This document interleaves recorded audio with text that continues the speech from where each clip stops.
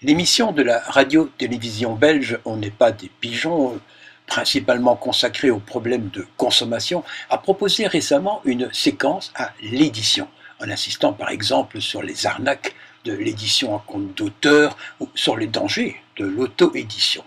Alors, une écrivaine de Chloé Délices, Karine Lourdesguin, y a participé et expliqué les avantages de notre formule, correction des textes, soutien technique et promotionnel, présence dans les salons, etc.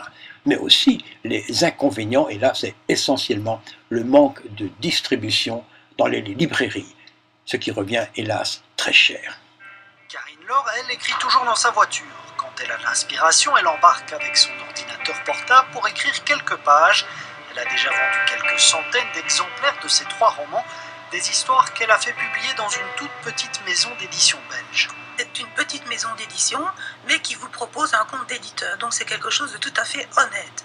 Alors donc, il corrige votre texte et il vous l'édite. Les libraires peuvent commander les livres chez l'éditeur, mais ils ne s'occupent ni de la promotion, ni de la distribution des bouquins. C'est l'auteur qui s'en charge.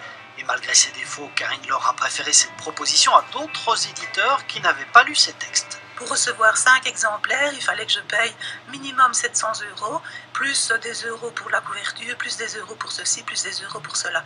Donc je n'ai pas signé. Nicolas Ancion, lui, n'a pas de problème pour se faire publier.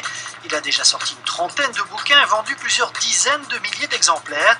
Mais même pour lui, vivre de sa plume reste difficile. Je peux vous dire en toute transparence, sur un livre de poche, j'ai 4% de prix de vente, donc j'ai à peu près 20 centimes par exemplaire.